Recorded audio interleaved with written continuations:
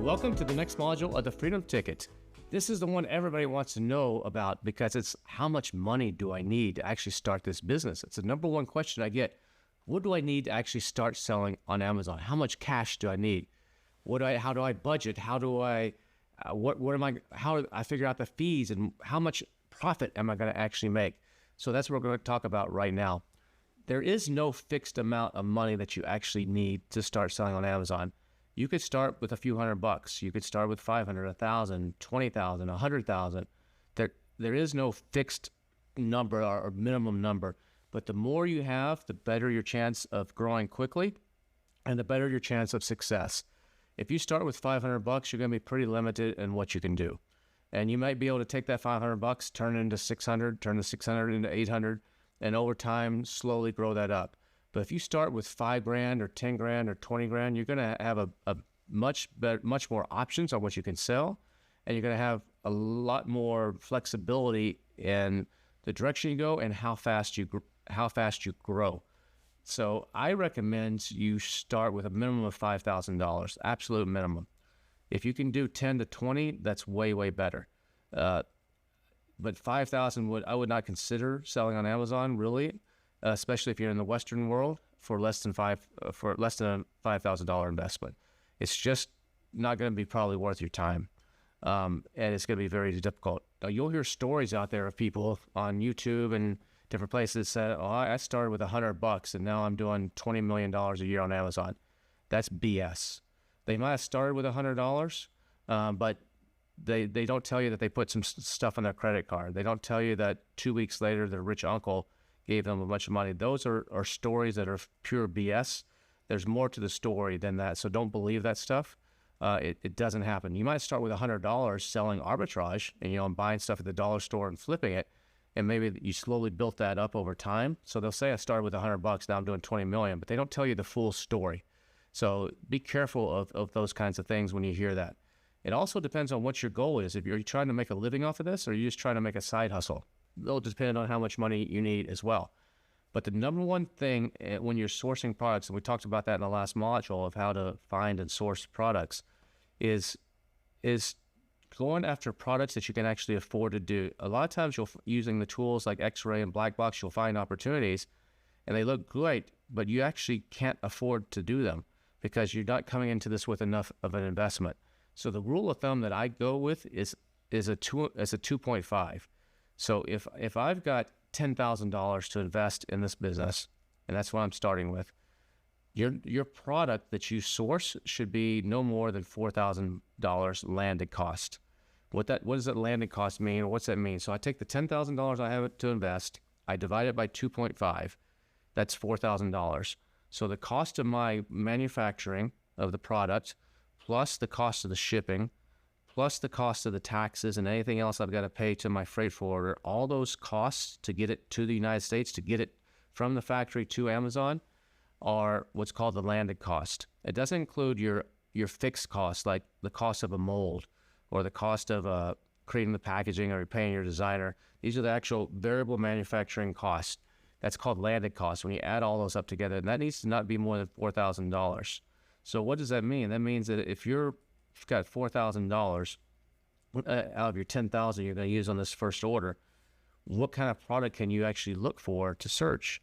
And this is going to make a difference, like in Black Box. If you watch what Bradley did in the last module, showing you how to use Black Box, where you can put in parameters, this is going to make a difference on how much you pay per product and how well this product is doing for you to compete. For example, let's take the $4,000. Let's assume you have a 25% Trump tariff on that, and maybe another, 5% just regular duty that's being charged to it. So you're paying 30% on top of whatever your manufacturing cost is. And let's say your shipping cost on this is $500. Let's just make these, I'm just making these numbers up. So that's $4,000 minus the $500. So you're at $3,500. And then out of that $3,500, there's, let's say, another $500 for fees, brokerage fees and freight forwarder fees and whatnot. So now we're at $3,000. So out of the $3,000, 30% of that, because I said 25% is a Trump tariff and 5% is the duty. 30% of that is roughly tax. So you can back off the 30% of that. So now we're at about just doing math in my head here, about $2,300 or so. So that means that your manufactured cost needs to be $2,300. So when you're looking at tools like X-ray or black box, and it shows for you to compete on this product and to actually be, let's say you're shooting for spot number 4 in the rankings, and spot number 4 is selling 10 units per day of this item, and you've talked to your factory and you said, I want to, they'd say it takes a month to make the product, another month to ship it to you. So you got, let's call it 2.5 months worth of what's called lead time from the time you place the order till the time you actually have the physical products in the Amazon warehouse to sell. Let's just make it 3 months to make the math easier. So it's 3 months. So that means you need a 3-month supply of product.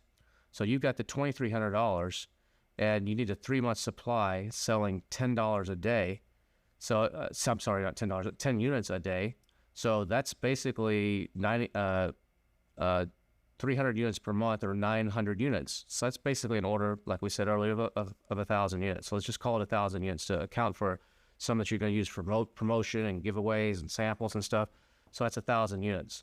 So that means that you need to find a product, because you only have $2,300 left out of that 4,000 after you've backed out the taxes and the shipping fees and everything. You need to find a product that's going to cost you no more than $2.30 to manufacture. That's your budget to manufacture this product. So with that, so that's going to limit you on what you can do and which products you need to be able to look at. And so that's an important thing, that the step that everybody messes up on. And if you can get this right, your chances of succeeding triple or quadruple, go way up. So that's the math that you got to do. Now, why not spend more of that $10,000? You're like, I got 10 grand. Why, Kevin? Why are you only spending 4 grand? It's because you're gonna have some other fees. You're gonna have a helium-10 fee. You're gonna have some other inspection, other fees that come along. So probably $1,000 of that's gonna get used up by that. And then you're gonna need money for the next order. So the next order, if you're successful selling these and you start selling your units, and instead of 10 a day, you're like, holy cow, these are selling 15 a day. I hit on something here. I'm actually can make some money on this thing. It's actually working. You're gonna have to call up the factory or WeChat them and say, hey, fire up the presses. I need more. It takes you 3 months to get these in. I'm going to sell all of these in less than 3 months. I'm going to sell all of these in 2 months. Get some more on the way. Because the absolute worst thing you can do on Amazon is run out of stock. If you're successful and start the momentum of selling, and you go out of stock for more than a couple days, you are DOA. And so what happens is you run out of stock because you are on top of your inventory and on top of your cash. And when you actually get back in stock, let's say you're out of stock for a month. Well, in that meantime, there's a bunch of other people that have come in, they've taken your place in line. And you can't cut back in line. You're going to be at the end of the line and starting all over again and spending money to try to launch it. And all that work you did at the beginning was just wasted. You don't want to get in that situation, and that's why 95% of the people fail, because they get in situations like that. So you want to avoid that. So that means you need to have some of that extra money so that in 2 weeks into this, when you're like, holy cow, this is doing better than I expected, you have money to pay that extra 30% deposit and get the ball rolling. And this time, instead of ordering 1,000 units, you're probably going to have to order, depending on what the math works out to be, maybe 1,500 or 2,000 units. So it's going to be a bigger order, and you're going to need more money. So you need that money sitting there so that you can do this and keep this flywheel going. Or you got to have a rich uncle that you can call up and say, hey, bud, I need 10 grand really fast. So if you got that guy on speed dial and he's ready to go, then okay, then you can spend more of that 10 grand. But this is a very important thing. I want you to go back and replay this 5 times and listen to everything I just said, write down the examples I just said, because this is crucial, crucial, crucial, crucial to your success. And this is where a lot of people make a big screw up. And so whether it's your first product or you're watching this and you've been doing lots of products, you need to go by this formula. And it's going to increase your chances of success dramatically. Another thing you got to look at is margins and cash flow. You're going to have to, your initial investment, you're going to keep reinvesting it. So probably for the first 2, 3, 4 orders, maybe, you're going to keep reinvesting your profits. So whatever profits you make, you're going to be reinvesting it because you're probably going to be ordering more each time as you grow. And always consider unexpected expenses. There's going to be something, right at the time of this filming, there's issues in the Red Sea. And so there's shipping rates have gone, especially going into Europe, have gone through the roof because of attacks on cargo ships and stuff in the Red Sea. So those types of things happen. So always have a little bit of a buffer or miscellaneous to cover that kind of stuff. Again, on the pricing on your products, I don't recommend you sell anything under $15. It's just a race to the bottom on those. It's a numbers game. It's sell thousands of units to make 10 cents a unit. It's difficult. There's no margins. If you're trying to make a living off of this and do a real business, I don't recommend you do that. I recommend that $50 to $100 range, or at least above $20. I personally have never sold anything below $20, and I never will. 1995, basically it's $20. That's the lowest I will go. But the margins on that product are huge. Like I said earlier, another module, it's 14 times my cost that I'm selling it for. So that's a really good margin. Always avoid saturated markets. Seek the less competitive markets. Higher priced items sometimes can actually be better than lower priced items. Everybody thinks Amazon is a low price marketplace. That's not true. It is true for commodities. So for basic necessities, where there's no differentiation, it's all about price. But if you establish the branding and do some of what we said for establishing branding, and actually can justify your price with imagery and with videos and with your content, your listing, and the quality, people will pay more. You'll sell less. The higher you charge, probably the fewer units you will sell, but you can make more money per unit. So in the long term, a lot of times, by selling less, you can actually make more. So don't get caught up in this numbers game as I got to sell more, I got to be a bestseller. BSR, bestseller rank, is something that's on Amazon. A lot of people get caught up in that. It's a bandy number. I have my BSR is 372 in pets. Oh, great, good for you. My BSR is 3,900. I bet I'm making a lot more money than you are. Just because you're selling more units doesn't mean you're making more money. So always know your margins and know your numbers. Keep in mind, this is a cash-intensive business as well. So you got to start out with realistic expectations and map out how you want to grow. Your product selection and the profitability on that is super, super important, especially when it comes down to when you sell your business, which we're going to talk about in the next portion of this module, about why you should actually be thinking about selling from day one. But this is a cash-intensive business. Selling physical products is not like selling courses online where you're selling digital air. You're selling physical things that have to move around, that have weight to them, and it's cash intensive. So your cash flow is super, super important. And if you're not on top of your cash flow, if you're not a numbers person, partner with somebody, maybe your spouse or your business partner is a numbers person, or hire someone that's a numbers person, because if you're not on top of your numbers, you're just playing with fire, and you're not gonna do well. It's all in those details of the numbers. Now, there's someone, Arnold is going to be joining this module to show you some spreadsheets on how to actually do forecasting and actually how these numbers matter. But some of the key things that you need to understand when it comes to cash flow is you want to minimize your inventory. You don't want to order too much, and you don't want to order too little. So it's like a delicate balance. So on Amazon, you want to typically have at least 30 days worth of inventory at all times. And Amazon just recently actually started a new fee where they're charging you if you actually dip too low.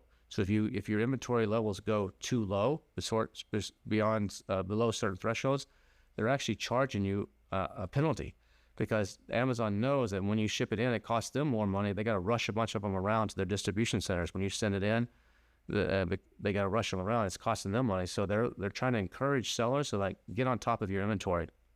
And it's crucial that you stay on top of that.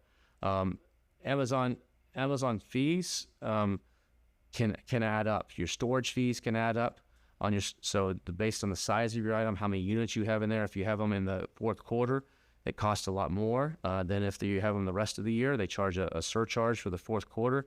So those things, I've heard people getting bills for $30,000 or more just because they had excess inventory sitting in an Amazon warehouse. So what a lot of people like to do is they use what's called a 3PL, or third-party logistics, and they will feed the stuff in. So they'll store everything where it's cheaper in a third-party warehouse, like some random warehouse, and then they'll have instructions that every week send in a little bit more to Amazon, so you don't get hit with all these huge storage fees and moving fees and low inventory fees. There's even companies like SKUDrop that are based in China that will store your items in China, and then every week they will ship them over. So it's cheaper to store them in China at the factory location than it is a lot of times in the U.S., but they've got special ships and special containers that are bringing combined loads. So they'll bring 100 of your items and 27 of somebody else's and 390 of somebody else's and 7,000 of somebody else's, put them all in one container, save money, and ship them in every week and feed them in. It's called just-in-time inventory, and that's what Amazon wants. They don't want to be your warehouse. They want to be your fulfillment center. And so all their fees are oriented towards making sure that they're just doing the fulfillment part, not being your storage. And so that's something that you got to keep in mind too. When you're talking with your suppliers, always try to get those MOQs down. So the minimum order quantities, but get pricing as if you order more, but be able to order less on your MOQs. You want to make sure on cash flow that you're and I think I actually back up 1 second on that. I think when you see the session on cash flow, you're going to see how a simple change in how much you order can drastically affect how much you either got to borrow or how much cash flow you got to cash. Your ordering sequences and your ordering flows can make huge differences in your cash cycles when it comes on Amazon. It's probably one of the biggest factors. And Arnold's going to show you that when he shows you these spreadsheets and how to do some of the forecasting, how working these MOQs in this just-in-time inventory system, like with SKUDrop, can make huge differences in your cash flow and how much money you need to just run and scale this business, or how fast you can actually scale this business. Also on cash flow, you want to negotiate terms whenever possible with your supplier. You might not be able to do that on the first order, but once you've been ordering for a while, you should be able to negotiate some of the terms, especially if you've gone and visited them, and maybe even get terms where you pay after delivery, or you pay 10% down and then 40% when the order ships, and the other 50% when it gets to the port of Los Angeles or Long Beach or something. But those kinds of things can help you. I've known people that have gotten 90-day terms from their suppliers, and it's made huge differences in allowing them to grow. Also, keep track. We'll talk about this later in another module, but your PPC, your advertising spend, those things can get out of hand. And a lot of times people are just spending money just to spin wheels. And so you got to keep an eye on that kind of stuff. Sometimes there's tons of software. There's probably 1,000 plus different types of software tools. The benefit you guys have, you're using Helium 10. It's got a lot of tools all built into one platform for one monthly fee, which is great. But try not to have 27 different tools out there that you're paying subscriptions for. Those things can add up. There are a few tools that maybe Helium 10 doesn't have that you might want to supplement with, but for the most part, Helium 10 has 90% of what you're going to need. And so just be very choosy and careful, and don't just follow little shiny objects when you see somebody advertising some new AI tool or some new cool tool. It may not be necessary. You also want to try to use other people's money whenever you can. Even the smartest people, Bill Gates and Musk and Bezos, as rich as they are, they still like to use other people's money. Use other people's money is one of the best things you can do. So if you can use other people's money, especially at a low interest rate or a zero interest rate, that's even better. Not having to give them equity is even better yet. But that can be a way to help you with cash flow. Also, you can lease assets instead of buying them. So if you got things you got a truck or something for your warehouse, or you got something leased stuff instead of buying, it can give you some advantages. There's only a few ways to actually make more money. That's either to reduce cost or increase price, or sell more. Those are basically the three ways: sell more, increase the price, or lower the cost. And so those are things those three things you always need to be focusing on in all your metrics and all your numbers, is how can you achieve one or all three of those. Remember that traditional banks are kind of leery of e-commerce. They're getting better about it now, but so you might have to go to specialize. If you need financing, there's companies like SellersFi and other companies out there that specialize in lending for e-commerce and Amazon sellers. Be careful. There's some of them that are not really good. The loan rates, the interest rates are deceiving. So they'll tell you it looks like it's this rate, but if you look at it on an annualized basis, it's like pawn shop rates. So be careful. SellersFi is one of the better ones. Amazon Lending, once you qualify for Amazon Lending, Amazon will loan you money. It'll show up in your dashboard. You don't get to apply for it. Seller's file, you can go to apply once you've been selling for about 6 months or so. But on Amazon Lending, once you've been selling and meet some of their criteria, a little message will pop up and say, hey, we'd love to give you 50 grand. Here's the payment terms. Which one do you want? Sometimes those can be good options. So but truly analyze the interest on those, because some of those, the way they word them is a little bit misleading on what the interest rate really is, and that can really cut into your profit. So be careful on that.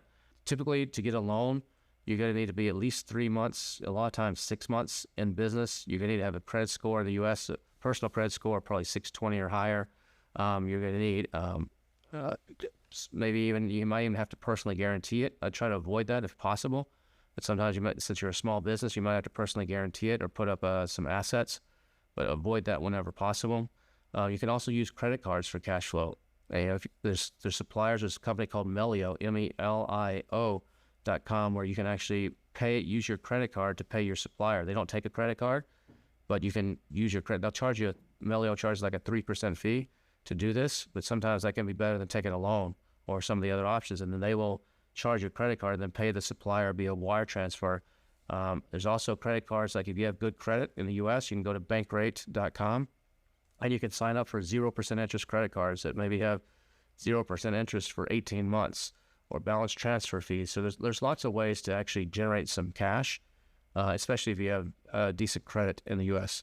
The cash flow is critical for your growth. From the time you start until you build your $1 million business, it's the number one thing that brings people down.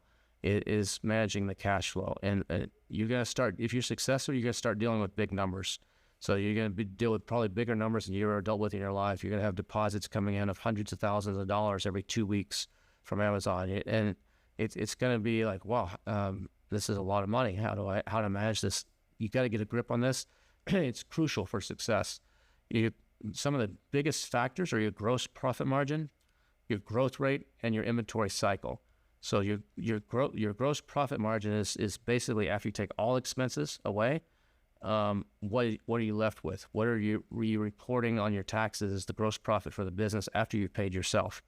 That right there is an important metric. Another one is the growth rate. How fast are you growing? 5% a year, 10% a year, 50% a year?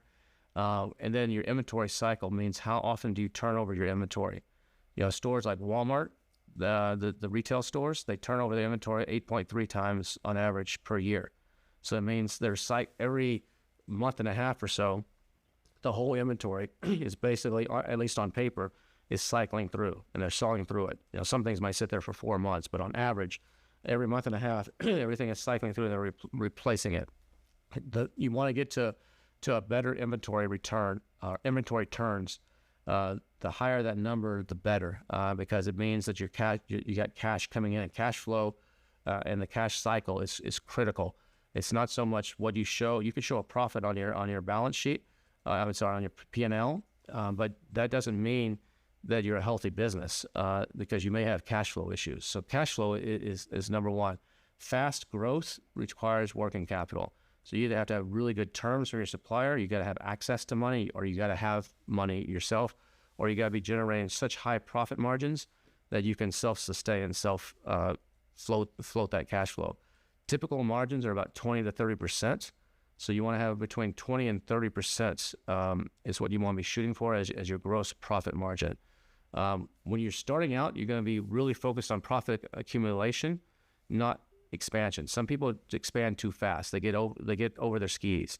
So be careful not to expand too fast. Focus on getting that profitability dialed in before you really ramp up your growth and your expansion. Also, slow organic growth is preferred over a big capital injection. So if you can grow slower organically by reinvesting your profits than taking a huge lump sum of money to actually grow, you're probably going to be better off.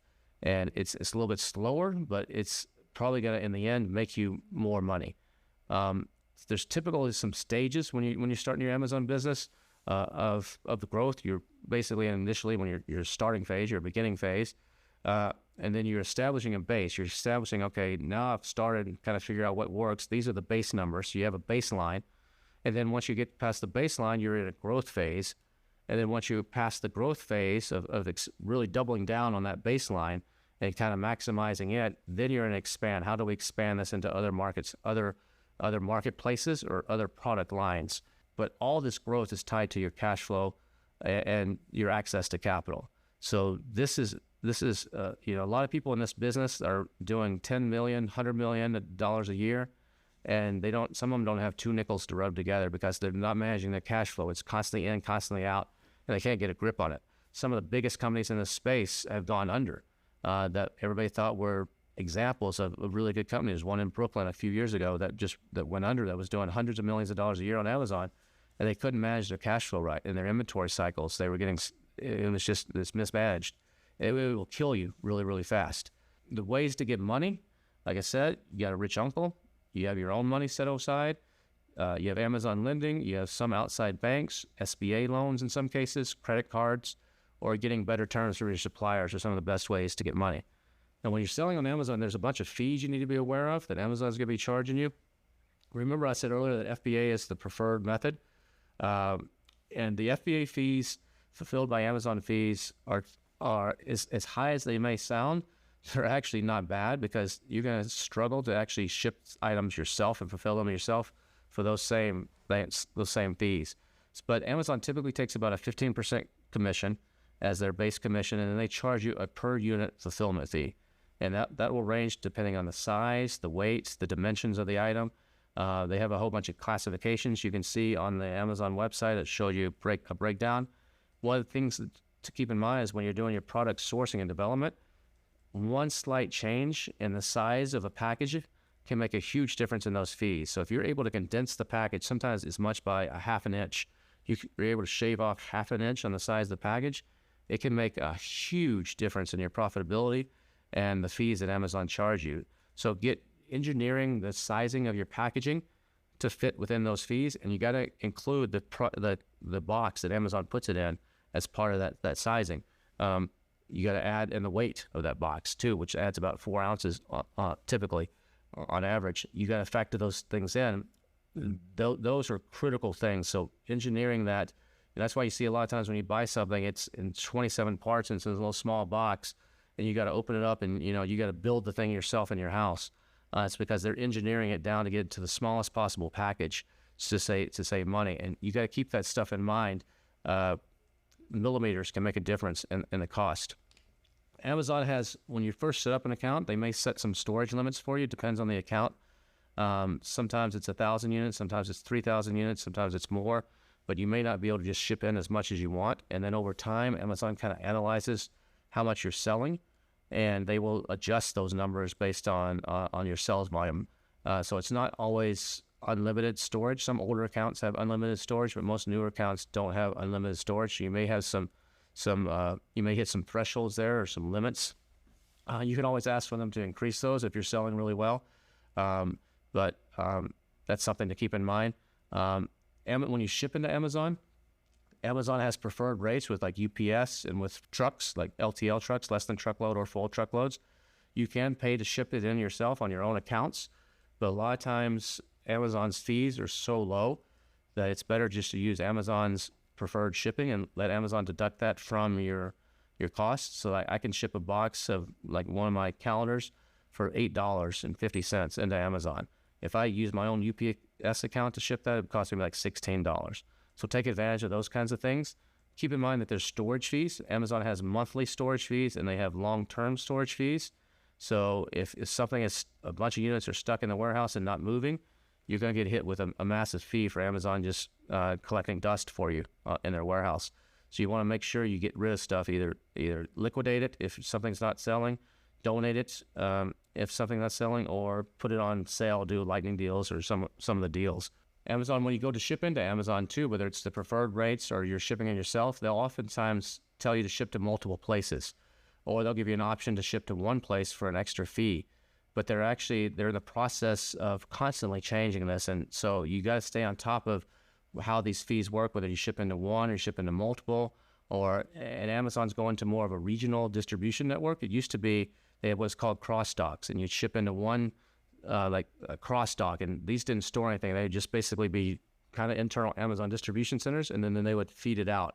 Or sometimes Amazon would store stuff in a warehouse in Houston and some stuff in a warehouse in California, And if somebody ordered in New York all the way across the country, one of those two warehouses would ship it to them, either by air or prime air or by commercial air or whatever. And Amazon's gone to a more regional system, like a hub and spoke system, like the airlines have hubs, like American has hubs in Chicago and Los Angeles and Dallas and Miami and Charlotte and New York, for example. So it's more of a regional system. And so if your inventory is not in that regional system, they won't even show that it's available for sale. So if someone in New York is trying to order your dog bowl and it's not in a local warehouse in New York, it's only in a warehouse in California, Amazon won't even show it a lot of times as available, or it'll show some really long extended date. And so being on top of where you're shipping things in, and Amazon's in the process of changing stuff all the time on this, pay attention to that, where it's having you send things. And you may have to split up some of your shipments to optimize your deliverability and your availability and your discoverability on Amazon. Amazon has something called an IPI score, which they keep moving the number of what the minimum score is, but you want to keep that as high as possible, because if that score goes too low, they'll start penalizing you and not letting you ship as much stuff in. So the score is based on a number of factors, like how often you're shipping stuff in, how many problems you have that they're having to deal with. When you say you shipped in 100 and they only got 26 because your guys couldn't count, or they will do all kinds of how late you are on shipping or how often you stay in stock. There's a whole plethora of things that make up the score, but it's an important score to keep keep an eye on. Remember that you can use a 3PL for flexibility, and a lot of times 3PLs make sense. You can go to hub.helium10.com and you can find some 3PLs that are out there. There's a bunch of them around the country, and sometimes it makes more sense to store your big pallets and mass amounts of things at one of these 3PLs and then slowly feed them in to the Amazon warehouses. It can make a difference. Check-in times, though, you have to factor in, too, how long it takes to check something in. You get some of these warehouses for Amazon, these trucks, these trailers sit outside for sometimes 3 weeks before the items get checked in. And you're just like, I sent in 1,000 units and it says they're not available on Amazon. It says transferring, or it says in progress or something in their Seller Central. And it's just because these warehouses are backed up. Some of them are notorious for it. Other ones are very efficient. So you got to factor those kinds of things. There's software tools that will show you which ones are average check-in times and stuff. Sometimes UPS grounds can be the best way that the stuff gets checked in faster. Or you can use companies like I mentioned, SKU Drop, that will drip stuff in. They'll store it in China for you, and then they'll strip it into Amazon in the U.S. or Amazon. I think they're now also doing Europe as well, parts of Europe as well. They'll drip it in. That can be a very cost-effective and efficient system. And you tie in your Seller Central, and they monitor everything, and they have algorithms that will figure it out. It can be really, really good. So staying on top of your inventory and your shipping is a crucial thing.